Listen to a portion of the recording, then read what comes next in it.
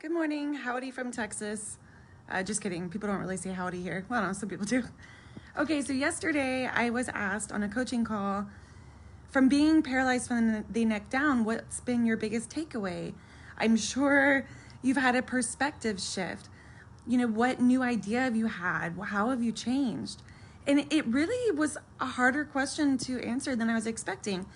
And I really was stumbling over my words, just like I am now.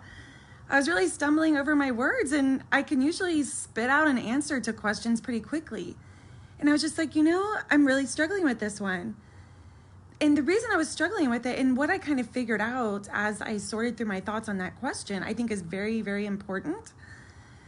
So I was thinking, gosh, I'm trying to find an answer for that. I'm trying to find that big perspective shift, or how I've been changed forever and how I see the world different than I ever saw before. And I'm shooting blanks up here. It's like crickets. It's like nothing going on up here. And I said, I just feel like the same person. I feel like the same person on the inside as I was before. A lot of the perspectives and belief systems and stuff like that I had before paralysis, I still have. It's almost like paralysis was a way to explore those different perspectives I already had in a much bigger way. And as I'm talking through this, I realize, oh my gosh, I know my answer to that question. And my answer to that question is, we're the same person, regardless of our circumstances. We're the same. We are not our body. Like, we are more than that, more than our circumstances, more than our body. And it doesn't matter what happens to our body or what happens in the world around us. We're the same person on the inside. That's my answer to that question. And that is the thing I am the most freaking proud of. I'm not the most proud that I walked again, although that was very cool. I'm not the most proud of, not losing my mind, although I'm very proud of that. I'm the most proud that I didn't lose myself. That I'm the most proud that I wasn't attached to my circumstances, that I didn't identify with all of the crap happening to me, that I didn't identify with who I was, with all of the things I lost. All of it. I lost a ton. I lost everything. It's funny to say that I'm still the same person when nothing in my life looks the same as before I was paralyzed. I'm so close with my family. It's amazing. I live with them. But I was like running around the world and they were out of sight, out of mind. Like, even that was different. Like, every single thing about my life was different. And yet I feel like the same person on the inside. And it's because I identify with, I'm in touch with, what I love about myself are things that have nothing to do with my circumstances and things that have nothing to do with my body. I love my sense of humor.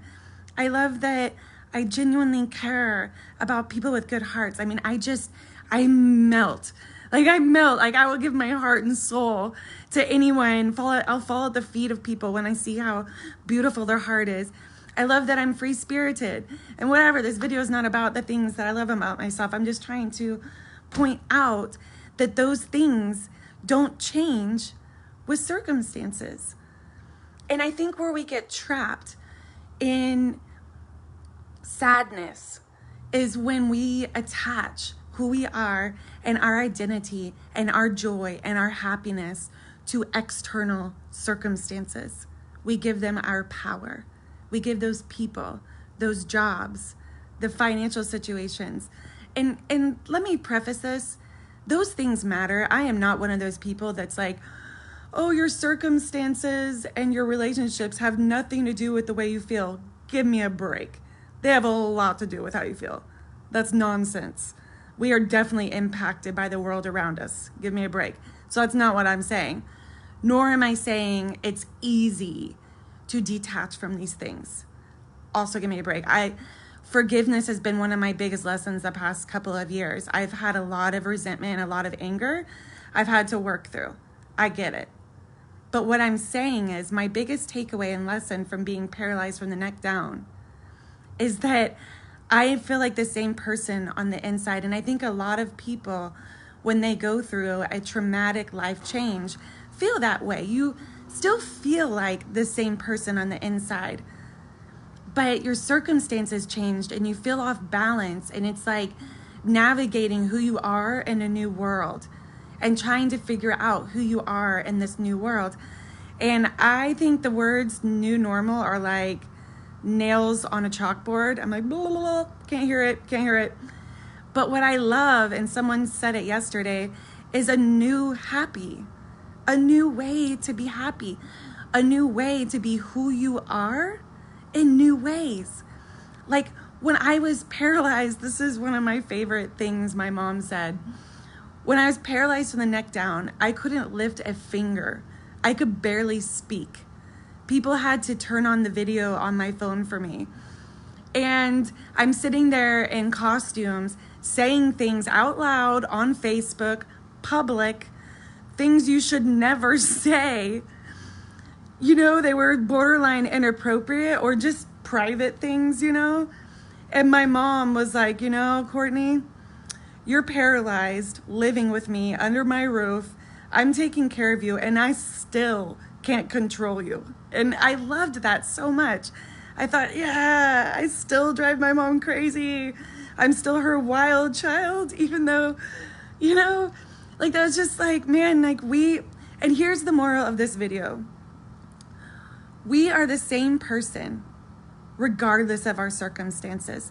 If you're an angry person, if you think the world is unsafe, if you think, you know, negative thoughts about yourself, when your circumstances change, you will still be angry because it is your habit.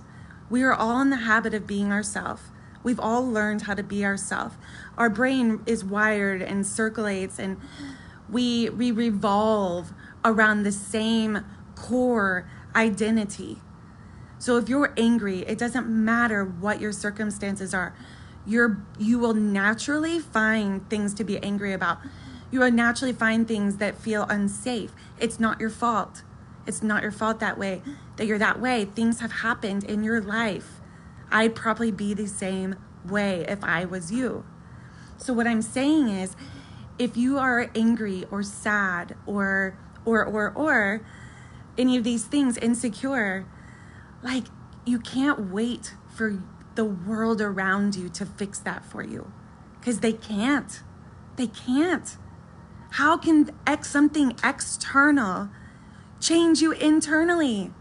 It can't. How can something external change your soul, change the way you think? It can impact it, sure. That's why we look for inspiration. That's why we reach out to other people's stories for hope.